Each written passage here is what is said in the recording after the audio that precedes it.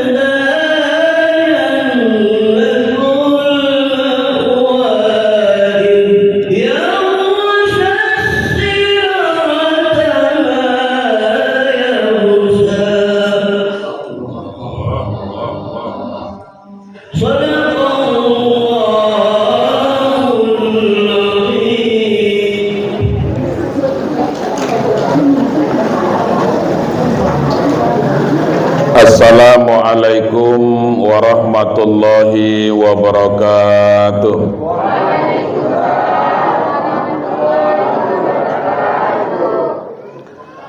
Alhamdulillahillazi asra bi'abdihi laylam minal masjidil haram ilal masjidil aqsa allazi barakna haulahu linuriyahu min ayatina innahu huwas samiul basir.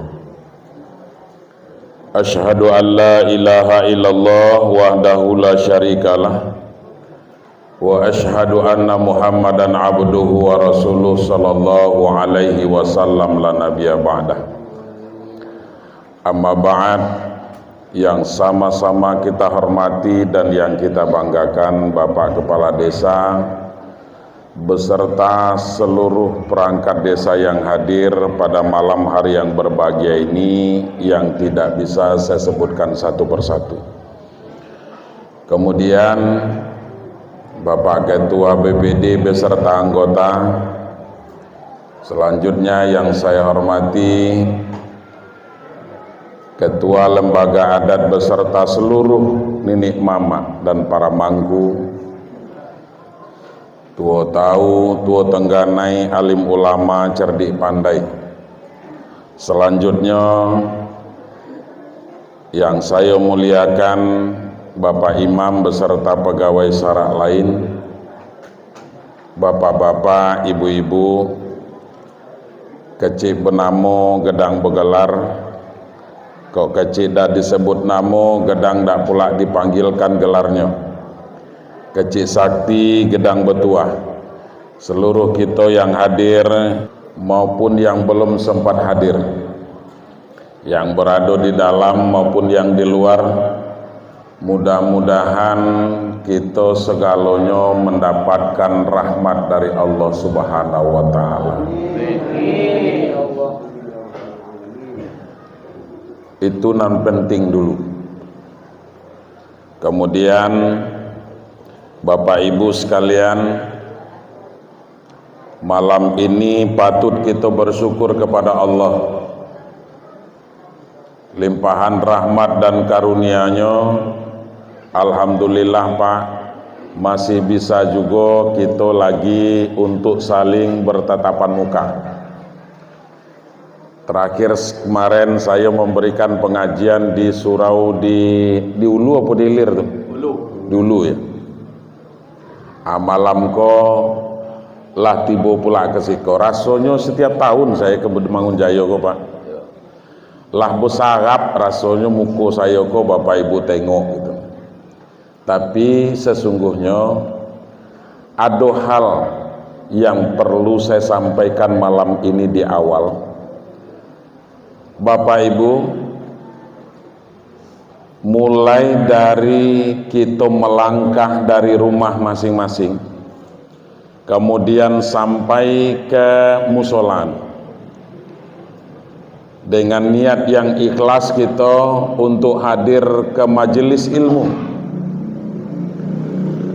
kemudian sampai balik kita nanti ke rumah masing-masing, maka tidak henti-hentinya malaikat meminta ampunkan dosa dan kesalahan kita kepada Allah Subhanahu wa Ta'ala. Jadi makanya Bapak Ibu yang dimuliakan Allah, benar apa yang disampaikan oleh panitia tadi. Untuk acara majelis ilmu ndak penting, ndak mesti kita diundang Pak. Di mana bae ada majelis taklim, kalau kita nak hadir, hadir Pak. Niatkan kita hadir ke majelis taklim itu untuk mendapatkan ilmu. Maka malaikat, beribu-ribu malaikat Pak, akan meminta ampunkan dosa dan kesalahan kita sampai nanti kita kembali ke rumah masing-masing. Tapi kalau sedekah kita tidak diundang, itu tidak usah nak tiba Pak. Mundak diundang. Sebab tidak boleh juga kita memakan nasi orang sedekah kalau kita tidak diundang, Pak. Jadi gitu. Jangan pula lagi umpamanya diundang tidak atau nyonyok-nyonyok ke situ umpamanya kan gitu. Nah, itu. Tapi kalau majelis ilmu, Bapak Ibu sekalian, yang kita harapkan pertama dulu yang kita dapatkan, yang harus kita pahami, yang harus kita yakini adalah bahwa kita malam di samping kita beritikaf kita anggap ini merupakan tempat sujud, maka Allah nanti akan memberikan ganjaran pahala yang sangat besar. Yang penting ikhlas, jangan terpasu.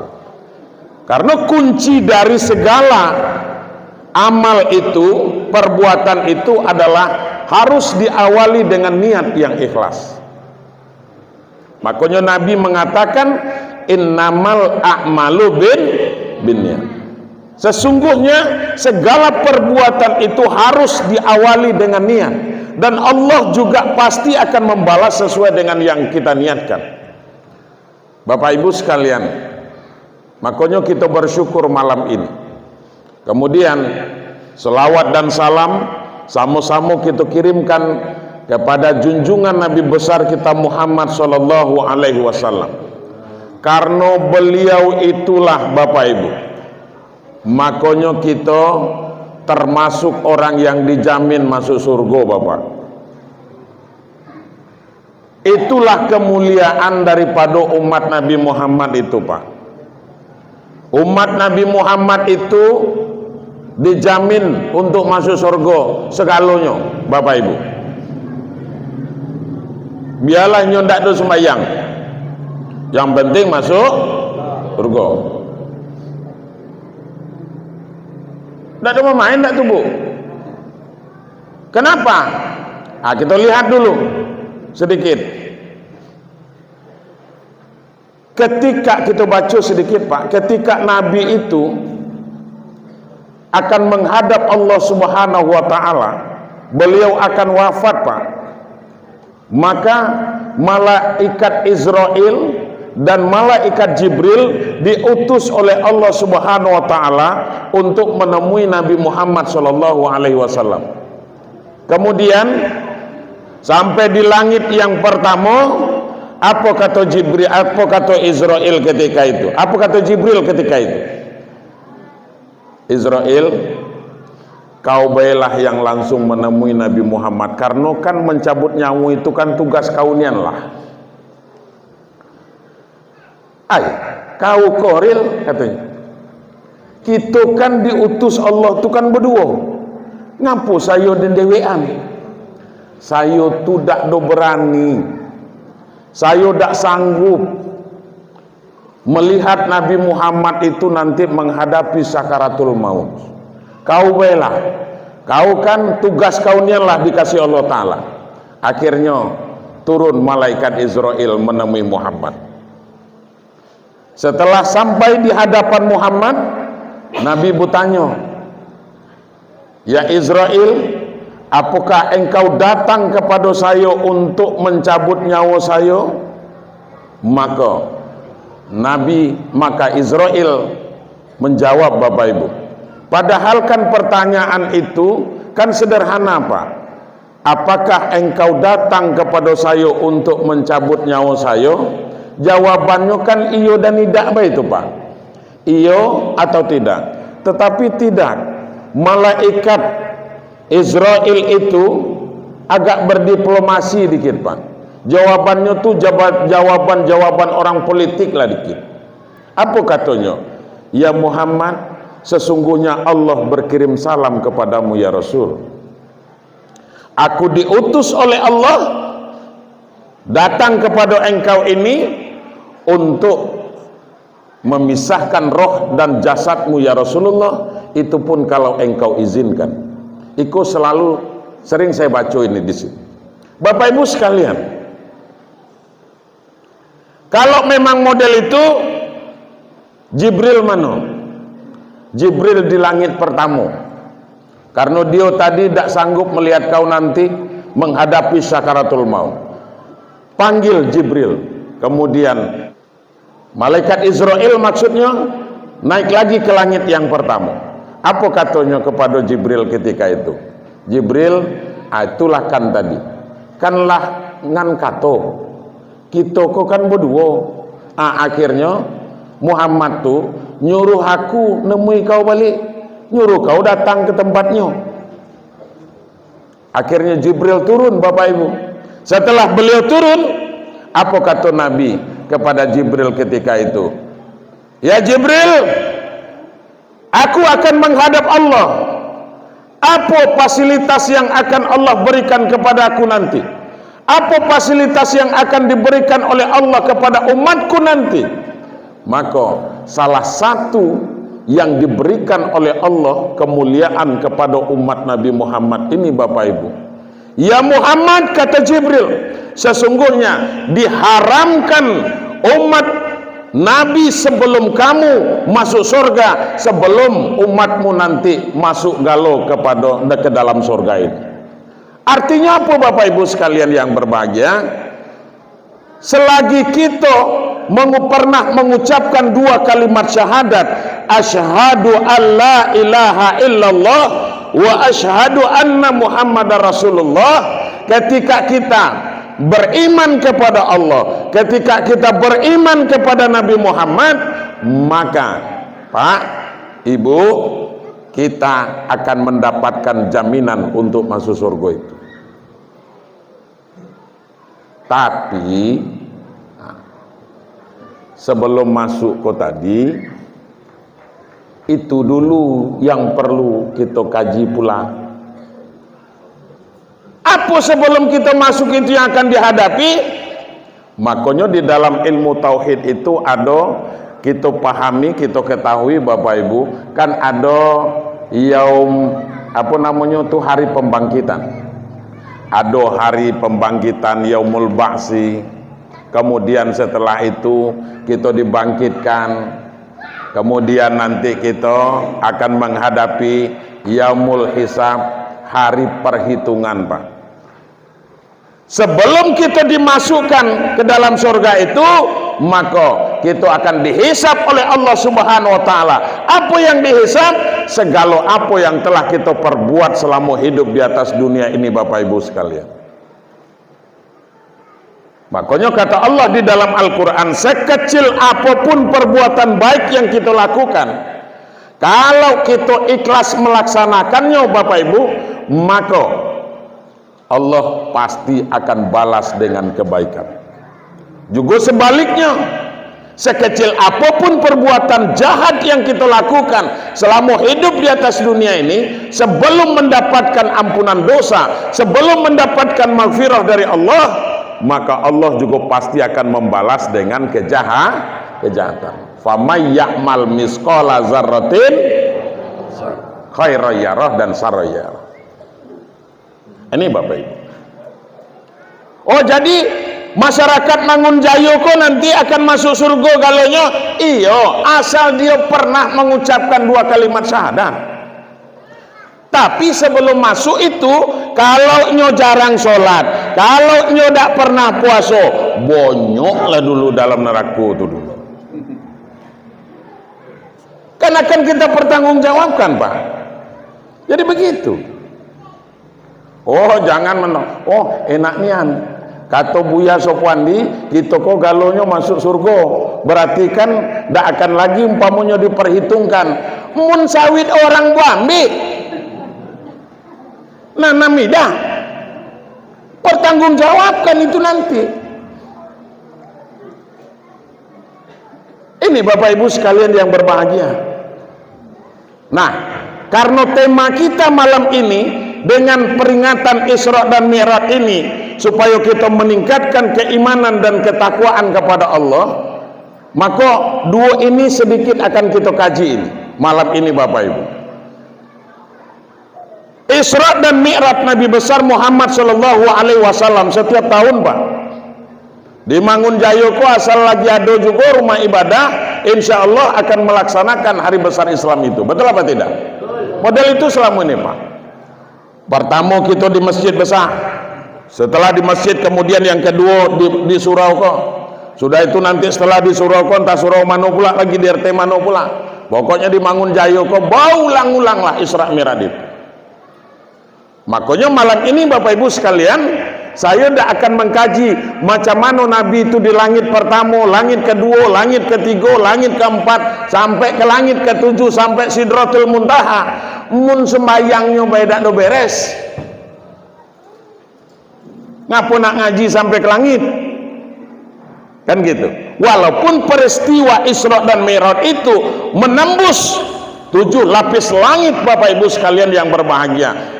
Di dalam kisahnya tentunya selama ini langit pertama beliau ketemu dengan siapa, langit kedua ketemu dengan Nabi ko, langit ketiga ketemu dengan Nabi ko. Bapak Ibu sekalian yang berbahagia.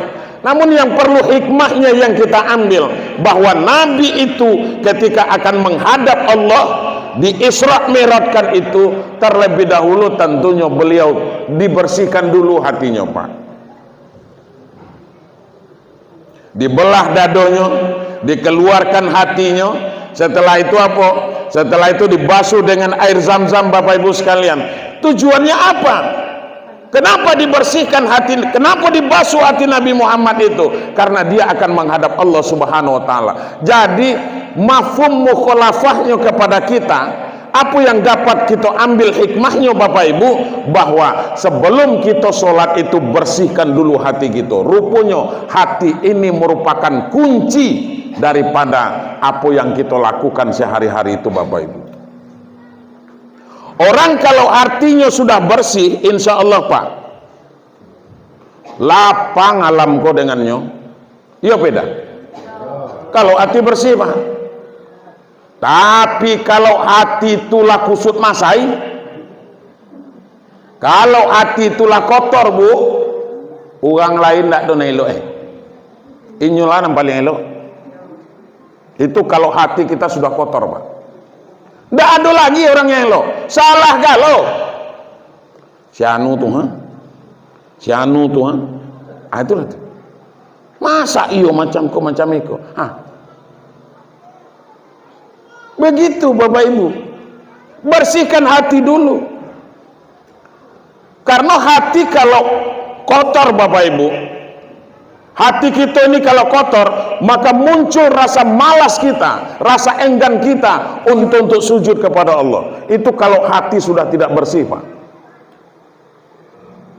Tidak ada lagi.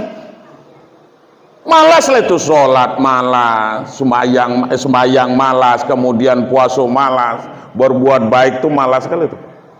Nah, nado di dalam pikirannya kadang-kadang, yang ada di dalam pikiran kita itu, macam mana saya dapat banyak harta, banyak rezeki, kemudian dari mana datangnya nanti terserahlah. Yang penting dapat. Walaupun umpanti punya orang, punya awak. Ada yang model itu banyak Pak. Kami kan berondolnya baik Pak Ustadz, yang kami putih itu kan gitu umpamanya. Walaupun berondolnya mensawit orang nanamnya, itulah tuh Pak.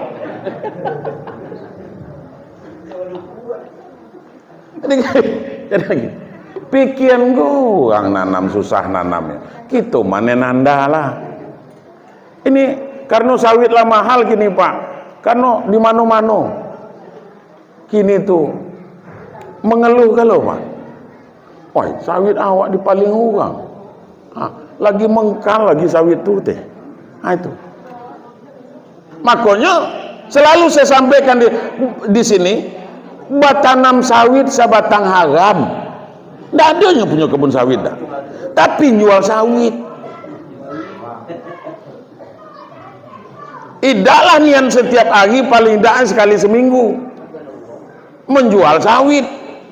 Nah Bapak Ibu sekalian, Tuhan di seberang tuh banyaknya orang kehilangan sawit.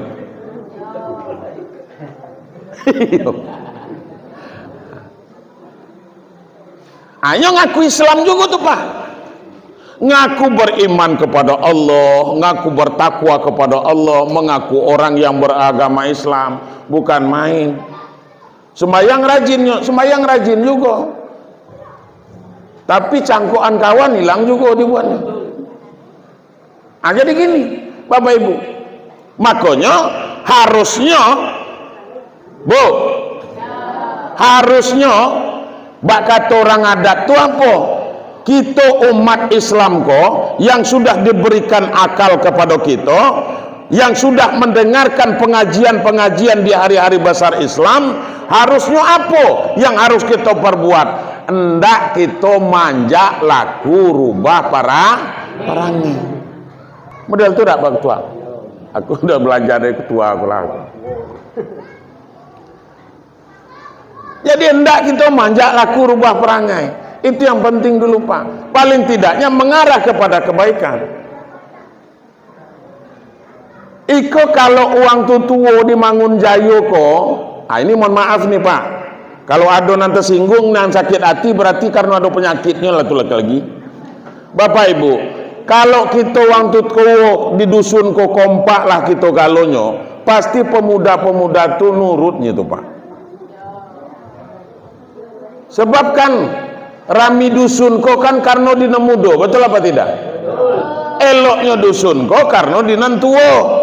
Tapi kalau nantuwo tu nian umpamanya tongkat bawa rebah, macam mana? Apa ya anak-anak muda tu main slot lah kawenya, main judi online. Itu Bapak Ibu. Kenapa? Karena tidak ada yang mereka tauladani Pak. Tidak ada yang mau mereka contoh. Jadi Bapak Ibu, tapi karena ini merupakan pengajian kulil haq walau kana muron, harus saya sampaikan walaupun itu pahit Pak. Makanya saya baca malam ini Bapak Ibu sekalian. Bagaimana kita nanti ketika supaya dusun kita ko elok, supaya dusun kita ko umpamanya bernilai agamis Bapak Ibu. Mari kita kompak Pak, jalin silaturahmi yang baik. Kalau kita yang tutuwo ko kompak, insya Allah Pak, percayalah dengan saya, sama mengarahkan kita generasi-generasi muda kita. Sebab kita diancam oleh Allah Pak, kita yang tutuwo ko diancam oleh Allah. Wal yakhshal lazina law taraku min khalfihim zurriyatan di'afa, kata Allah.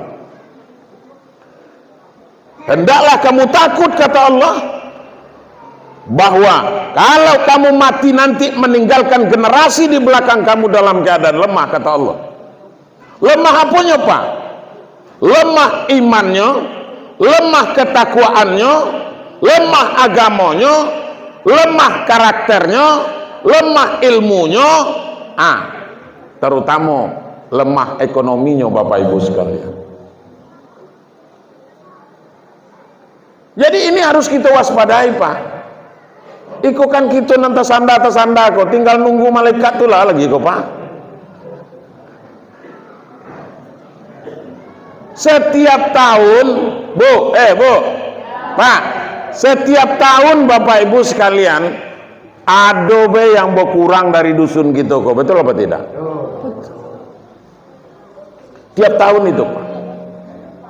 Dulu masih ada lagi dengan kita umpamanya Isra Mi'raj tahun dulu, kinilah tak ada lagi, lah dipanggil oleh Allah. Yo nanti umpamanya ketika kita menghadapi sakaratul maut itu, yo kalau cukup modal mun pas-pasan apa idaknya? Awak mana ketibu lah Pak Buya. Kan gitu umpamanya. Ada Pak sekarang ini yang saya sangat sedih sekali Pak melihat. Ada orang mati Pak di dusun itu. Ada ndak nyampe 15 orang namanya bayangannya Pak. Desa segedang itu. Kalau nak pemilu tuh mata pilihnya lebih dari 4.000 Pak. Tapi ketika ada orang mati di situ, ndak nyampe 15 orang namanya bayangkannya Bapak Ibu. Coba bayangkan. Saya yakin kalau di Mangunjayo kok masih ikutlah kita menyolatkan gagalut. Nah, itu parahnya kini tuh Pak, luar biasa Pak. Sehingga saya buat terobosan baru kepada pegawai saraknya. Ada tak kelompok yasinan? Ada. Nah, tolong nanti untuk mengajari nanti macam mana di majelis kelompok-kelompok yasinan itu, supaya diajari macam mana cara mengurus mayat. Kan menyembayangkan mayat itu kan tidak ada susah amat Pak. Bagi kita yang laki-laki kok lah, iko kadang-kadang lah ada orang tukang kali kubur tuh Pak. Bukan tak ada. Saya yakin di Mangunjayo kok yang biasa gali kubur umpamanya lah ada orang spesialisnya Pak. Betul apa tidak? Ada. Ngapu lebih rami lagi di kuburan tuh sebelum mayat tiba ke situ daripada nunggu di masjid Pak. Hanya keado pula tuh kadang-kadang nyo nunggulah di masjid, tapi waktu giliran mayat mau disolatkan nyo tidak juga ikut Pak. Sekedar ngangkat mayat tuh lah, sudah lepaannya mayat tuh di situ, umpamanya di depan itu, hanya keluar lah pula. Ngapa dah ikut membayangkan awak kau dah tukang? Hah? Kalau dah tukang balaja, kan mudah Pak. Kalau umpam yang penting niat, dah ada pakai ruku. Bu, berapa rakaat sholat jenazah itu? Nah, tuh Pak, dua tuh Pak.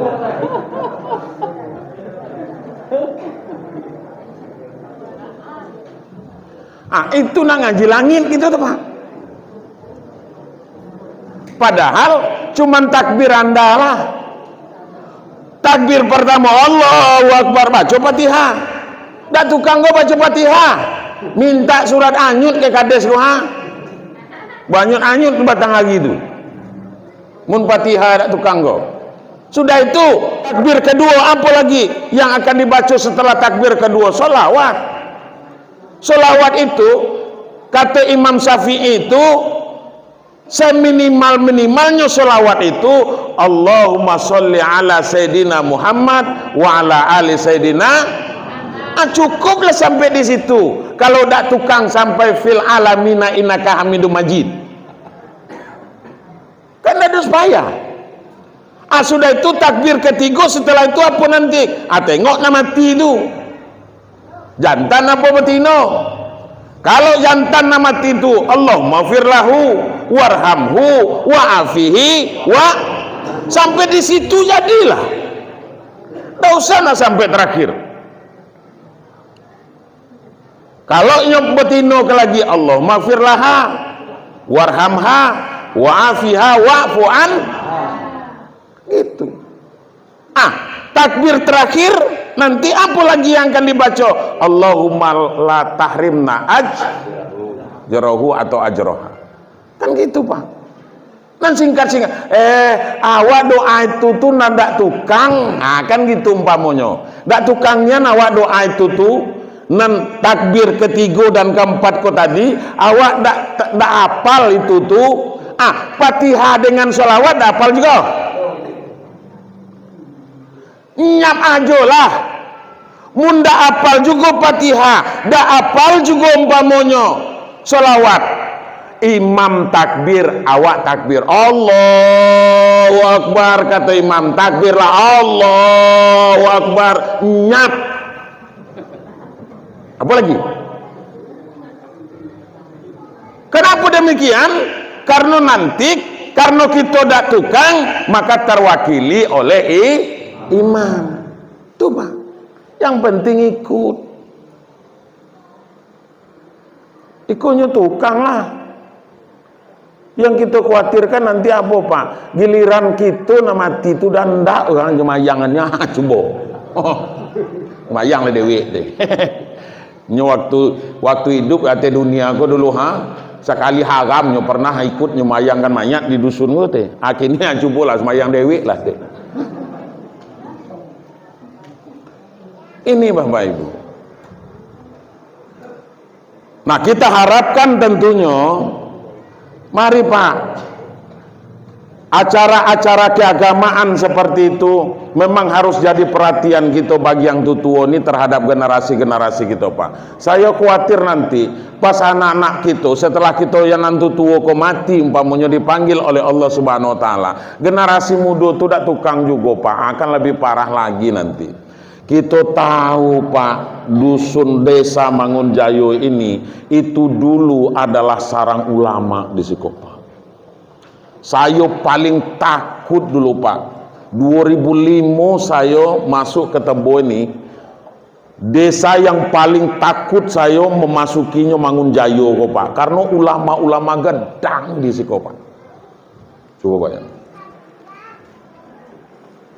Guru Husin, Guru Sayuti, Guru Usman, apalagi guru-guru gedang gitu tuh. Mungkin coba tengok generasi kita Pak. Aku takutnya lah banyak nensakau, lah banyak yang terlibat narkoba. Dak dosen nak melimpamonya nanti narkoba aku tadi apa dicampurnya, air kopi dengan spiritus Pak dicampurnya, disangko nak mabuk kok rupanya mati nih lah karena oplosan. Yang lebih parah lagi apa Bapak Ibu sekalian yang berbahagia, kok nanti dibelinya komik, baru dicampurnya dengan spirit lagi, campur pula bodrek Pak. Apa tidak mati Pak, overdosis. Itu kalau kita tidak nanti kalau kita tidak waspada Bapak Ibu terhadap generasi muda kita, apalagi anak kita yang terlibat Pak, jelas kita nanti diponis masuk surga oleh Allah Subhanahu Wa Taala setelah dihisab umpamanya. Kamu selama hidup di atas dunia rajin sholat, iya. Kamu bisa baca Al-Quran, iya. Kamu puasa, iya. Kemudian kamu berinfak dan berzakat, iya. Kamu hadir ke majelis taklim, iya.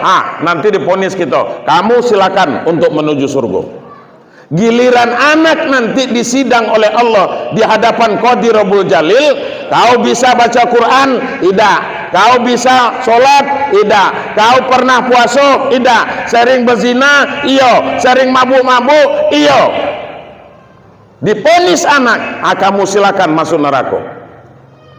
Lalu anak protes, ya Allah, memang betul saya tidak bisa, tidak tukang ngaji, tidak tukang sembahyang, tidak pernah puasa, sering berbuat maksiat, saya maling sawit ugang, katanya umpamu.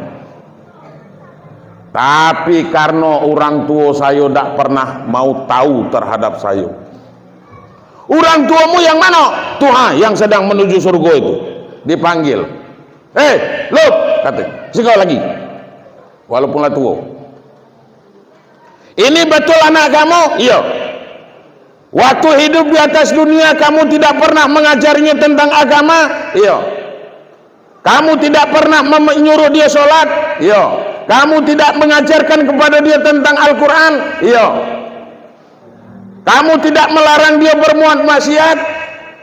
Akhirnya kamu, kata Allah, dan anakmu silakan menuju ke neraka. Lah dapat giliran masuk surga gitu Pak, masuk juga ke neraka.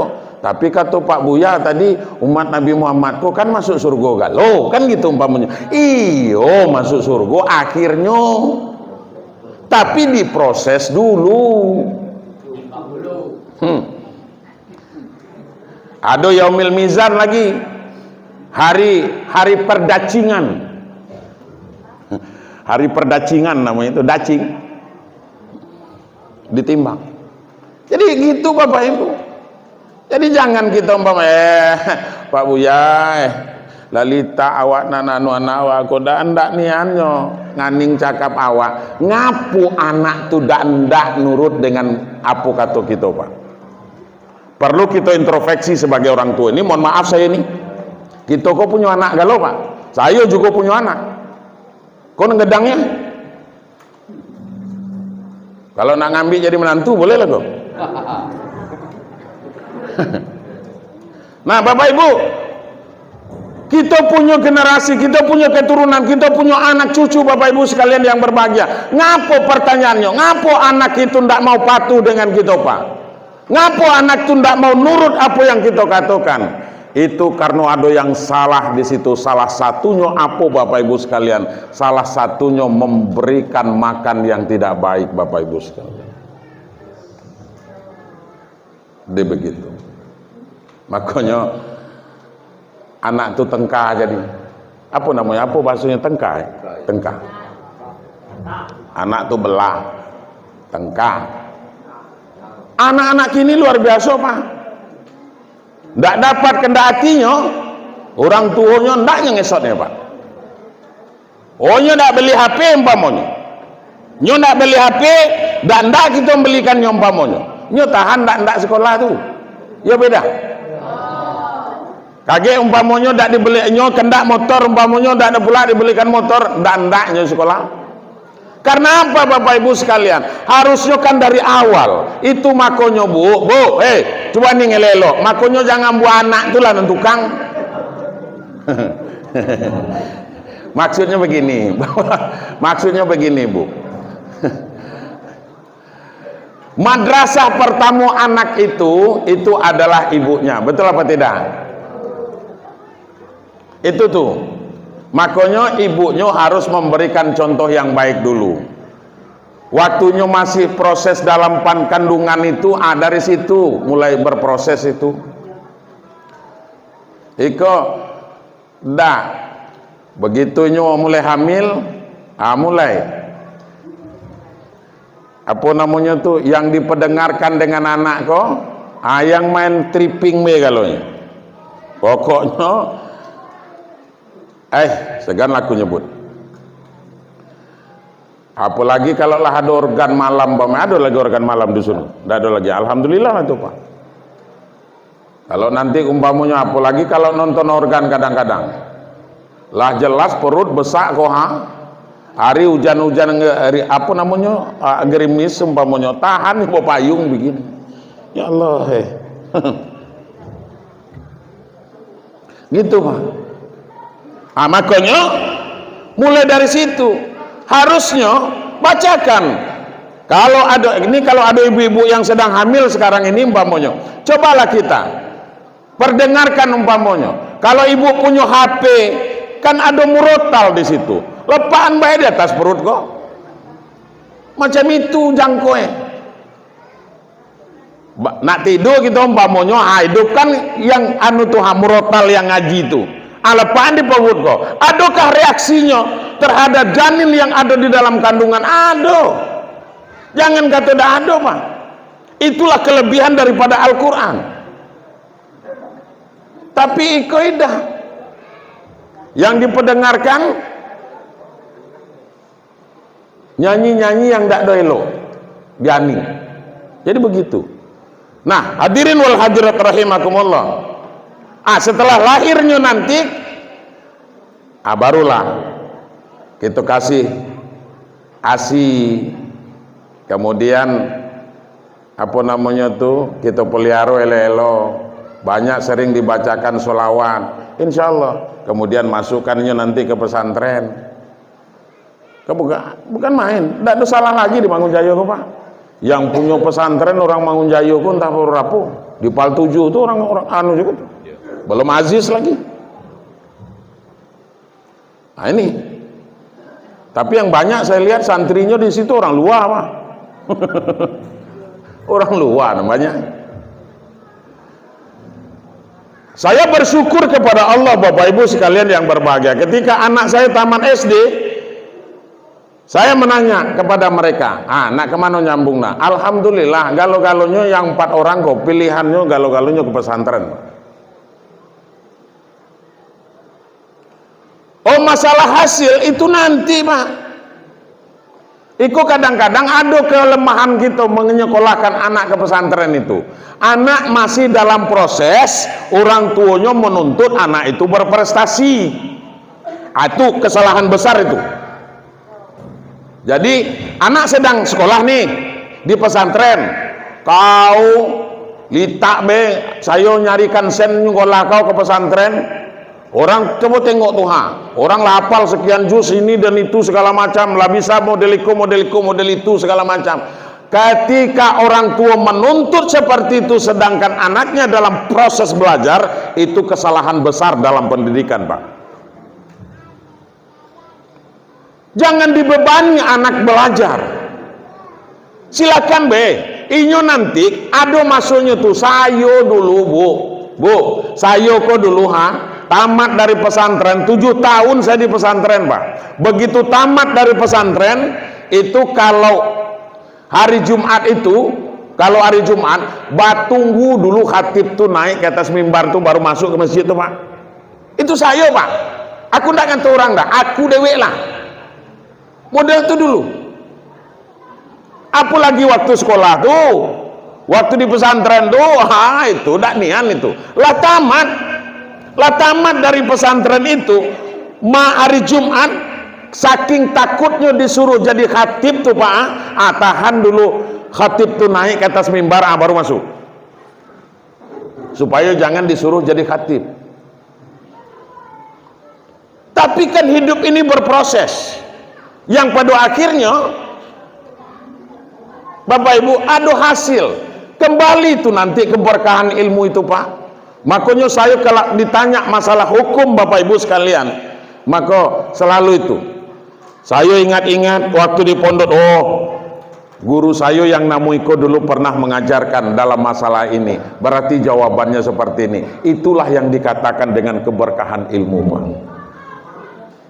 Jadi begitu. Nah, jadi kembali kepada awal Isra dan Mi'raj, sebelum Nabi diberangkatkan dibersihkan hati, Pak.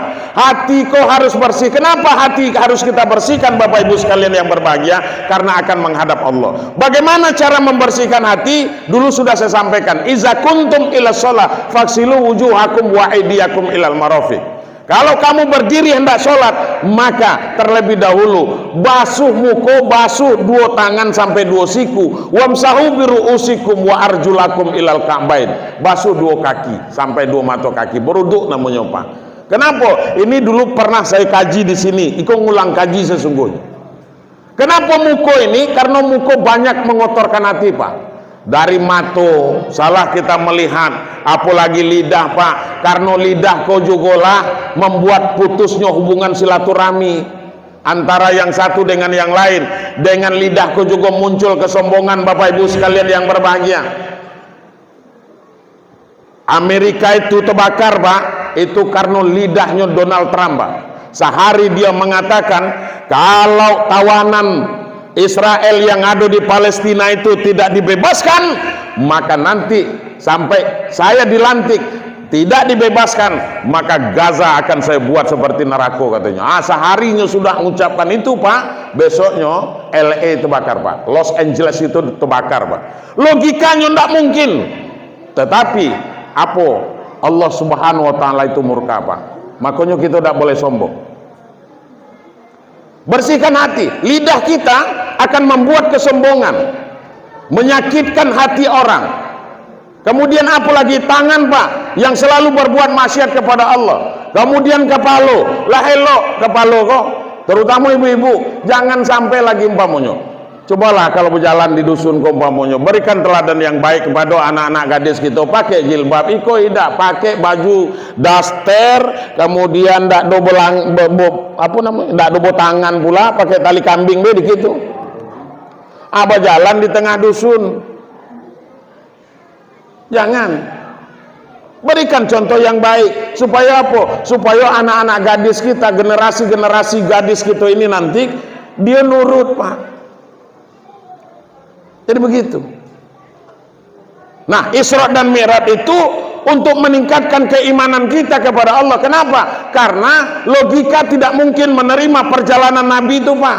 Harus dengan iman menerimanya. Subhanallazi asra bi 'abdihi lailan minal masjidil haram ilal masjidil aqsa. Maha suci Allah yang telah memperjalankan. Masa ia sepertiga malam mampu Nabi Muhammad itu melakukan perjalanan sampai ke Sidratil Muntaha seperti ayat yang dibacakan tadi? Sepertiga malam. Kalau Nabi itu jalan dewe, tidak akan mungkin. Tapi karena Nabi itu asra, diperjalankan. Siapa yang memperjalankan? Allah. Ketika Allah sudah berkehendak, tidak ada yang tidak jadi, Pak. Jadi itulah. Nah, kemudian apa lagi? Bapak Ibu, hikmah yang dapat kita ambil di dalam perjalanan baginda Rasulullah SAW.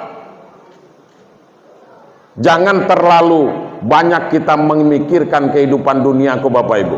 Sebab kalau kita mengejar duniaku, sama seperti mengejar bayang-bayang dewe lah. Tidak akan pernah dapat-dapat. Jangan tomah hidupku. Cukuplah nanado, Pak. Jangan umpamanya kebun orang, kebun kita juga. Apalagi sampai menggeser batas, Pak. Kalau jelas ada batasnya kok. Sudah itu menjual tanah. Lah jelas umpamanya lah pernah dijual kepada si anu, umpamanya berjual pula kepada orang lain. Ini kan jangan sampai terjadi di Mangunjayo ini yang seperti ini, gitu maksud saya. Apalagi masalah menggeser apa namanya? Mentaro, apa namanya? Mentaro ya. Menggeser mentaro, Pak. Jangan kita anggap remeh itu, Pak. Jangan kita anggap biasa-biasa itu, Pak. Karena nak luas tanah kita umpamanya, basego lagi, Pak. Kalau mati orang yang model itu, tidak dapat maaf dari orang di sebelahnya itu, Pak. Di dalam kubur tuh nanti itu akan dihimpit, dari kiri dan kanan akan mengimpit, dari atas dan bawah akan mengimpit, ramuk tulang kita kok. Karena apa? Di situ akan mendapatkan siksanya, Bapak Ibu sekalian yang berbahagia. Makanya jangan cukuplah nanado. Saya kalau masalah tanah ini sangat takut, Bapak Ibu sekalian yang berbahagia. Makanya kalau rumah saya itu kalau tidak percaya, tanyalah orang tetangga saya itu. Si Jul yang Buya bikin anu itu. Buya, kok supaya lurus to makan tanah Buya dikit. Yang di belakang kok ada 1,5 meter. Ada yang 2 meter to makannya. Lurusan ketua. Yang penting elo. Kan saya tidak magar lagi, Pak. Pagarlah dibuatnya lelo supaya siku katanya tuh. Wah. Oh, ini karena ada tunggul anu di sini, batasnya tuh kan karena apa tuh? Karena batang kelapa, tunggul kelapa kok tadi. Harus lewat ke dikit Buya. Lewatan ketua. Yang penting pagar kwelo. Sehingga saya pun lah dibuatnya L, Pak, pagarnya elok tinggi. Saya tinggal buat L pula, sulasi kok selesai. Macam itu. Iko indah. Lah habis pula sebaris sawit orang tuh umpamanya kita ngaku juga. Jadi jangan sampai Bapak Ibu sekalian yang berbahagia. Itu dosa besar. Itu nanti akan jadi permasalahan sampai ke akhirat, Bapak Ibu. Kalau tidak percaya nanti apa yang saya katakan diapit oleh tanah itu, cobalah nanti masuk ke kubur. Mundak percaya. Nah, apalagi Bapak Ibu, dengan keyakinan yang sudah muncul tentang peristiwa Isra dan Mi'raj itu, maka apalagi orang yang sudah beriman itu, maka dia harus berimtisalul awamir wajitnabun nawahi, menjunjung tinggi perintah Allah dan meninggalkan yang dilarang oleh Allah Subhanahu wa taala. Inti daripada Isra Mi'raj kewajiban sholat, Pak. Saya berkali-kali saya bertanya di Mangunjayo ini kalau saya ceramah, kita yang jantan kok apa alasan kita untuk tidak sembahyang itu? Tidak ada, Pak. Tidak ada alasan. Kalau ibu-ibu yang masih produktif tuh, itu mungkin masih ada lagi alasannya. Ngapa tidak sembahyang, Bu? Halangan. Ya, Bu? Datang haid dan segala macam. Tapi kita nan jantan kok apa alasannya? Tidak ada alasannya, Pak. Tidak telat tegak duduk, tidak telat duduk baring, tidak telat baring isyarat mata, tidak telat isyarat mata dalam hati. Aqimus sholat li zikri, kata Allah. Dirikan sholat karena untuk mengingatku, kata Allah. mun dalam mati dak juga telah masukkan ke kerando tu. Hah, apaan sih kok kita semayang kan laksana. Nah lucunya lagi, semayang baharam, sembahyang Jumat dak pernah, sembahyang Jumat sekali seminggu dak pernah, apalagi sholat 5 waktu. Sudah itu nanti umpamanya gawenya bukan main, nan mabuk lah, nan ini segala macam, kemudian mati. Sudah itu apa nang kata imam, apa yang kita saksikan terhadap mayat ini? Ahli semayang baharam tuh, ahli kebajikan gitu. Itu. Jadi supaya nanti orang yang nyolak itu Pak mengatakan ndak ada berdusta nyompamunyo terhadap dirinya dewe, makonyo elok-elok perang anjak laku rubah parangai. Baru ketika nanti umpamunyo dipegang apa kerandanya itu yang sudah ditutup itu, kita ada di dalamnya, baru nanti apa yang kita saksikan terhadap mayat ini ahli kebajikan, ahli kebaikan, orang baik, baru bisa dikatakan orang baik. Iko dak salamuin, ya Allah segan aku ngatuy. Jadi gitu. Makanya Bapak Ibu sekalian, ini yang perlu kita robah. Merubah itu kan harus dari kita Pak. Siapapun yang guru kita yang kita datangkan umpamanya ke desa Mangunjaya ini, mohon maaf saya ini, walaupun malaikat Jibril yang didatangkan Pak, walaupun malaikat Israel yang didatangkan, tapi kalau kita tidak mempunyai kesadaran untuk mengarah kepada kebaikan, nyodak juga akan Pak. Apalagi Buya Sopwandi, cuman malaikat Israel datang ngasih pengajian ke siku, kalau nyodak do sadar juga umpamanya, itu susah lah tuh Pak nangatun. Makanya kita kok Pak, yang penting kalau sholatnya baik, insya Allah segala amalnya itu akan baik Pak. Kenapa? Awalu mayuhasabu fi yaumil qiyamah, nanti yang pertama dihisap oleh Allah itu di hari kiamat adalah sholat. Apabila sholatnya baik, faiza sholuhat seiru amali, apabila sholatnya baik maka baiklah sekalian amal ibadahnya Pak. Tapi kalau sholatnya rusak maka rusak sekaliannya Pak. Jadi begitu. Kenapa? Karena ini tiang. Ibarat rumah kok Pak, kalau tidak ada tiang tidak bisa Pak. Oh rumah kami tidak pakai tiang lagi kini tuh Pak Buya. Kalau sempat gempur lagi lalu lah tuh. Supaya kuat iman kita ini, supaya kuat, kenapa? Harus ditopang, harus ada penyangganya Pak. Penyangganya apa? Salah satunya adalah sholatku tadi Pak. Ibarat yang tengahnya kok Pak, kalau tidak rubuh Pak. Jadi begitu. Makanya Bapak Ibu sekalian yang berbahagia, ini yang perlu kita sadari dalam kehidupan kita ini. Insya Allah kalau kita sudah menyadari, kita sudah apalagi kita lanjut usia Pak, di atas kepala 4, mulai-mulai itu Pak, berpikirlah kita Pak, akal sudah diberikan oleh Allah kepada kita. Untuk apa akal ini diberikan oleh Allah? Agar kita bisa membedakan mana yang baik, mana yang tidak baik, mana yang elok, mana yang tidak elok, mana yang punya kita, mana yang punya orang, mana yang halal, mana yang haram. Apa yang bisa membedakan itu adalah akal. Tapi kalau akalnya lah sakit, tidak bisa lagi tuh Pak dibedakan. Orang kalau sakit akal, orang gila namanya.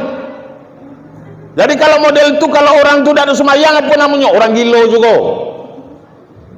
Karena tidak tahu lagi mana yang kewajibannya, mana yang tidak. Jadi gitu Pak. Itulah marahnya mungkin saya tuh. Jadi Bapak Ibu sekalian yang berbahagia, perlu kesadaran kita. Saya cuma bisa berdoa Pak kepada Allah, mudah-mudahan kita ko galonyo pada umumnya masyarakat Mangunjaya ko dipanjangkan umurnya oleh Allah, disehatkan oleh Allah, dimudahkan jalan rezekinya oleh Allah, kemudian selalu diberikan petunjuk oleh Allah Subhanahu wa Ta'ala. Itu yang bisa saya Pak, cuman bisa mendoakan. dan mati dalam keadaan husnul khotimah. Saya juga minta didoakan, mudah-mudahan sehat badan, panjang umur, murah rezeki, punya anak yang soleh dan solihah, kan gitu. Saya cuma itu, Pak. Setelah itu nanti kalau saya mati, kemudian mudah-mudahan nanti matinya tuh husnul khotimah juga. Jangan diaminkan gini, awakku belum nak mati gini kok lah. Sekali lagi, kalau tani ngumpamanya baru. Nah ini Bapak Ibu sekalian, mudah-mudahan kita berdoa kepada Allah Subhanahu Wa Taala melalui perayaan Isra dan Mi'raj Nabi Muhammad SAW pada malam ini. Bapak Ibu, mudah-mudahan pengajian kita kok menjadi wasilah, menjadi jembatan untuk menuju hidayah Allah dan menuju surga Jannatul Firdaus. Itu yang dapat saya sampaikan, Pak. Mohon maaf kalau ada hal yang tidak berkenan. Wallahu muwaffiq ila aqwamit thoriq. Wassalamualaikum warahmatullahi wabarakatuh.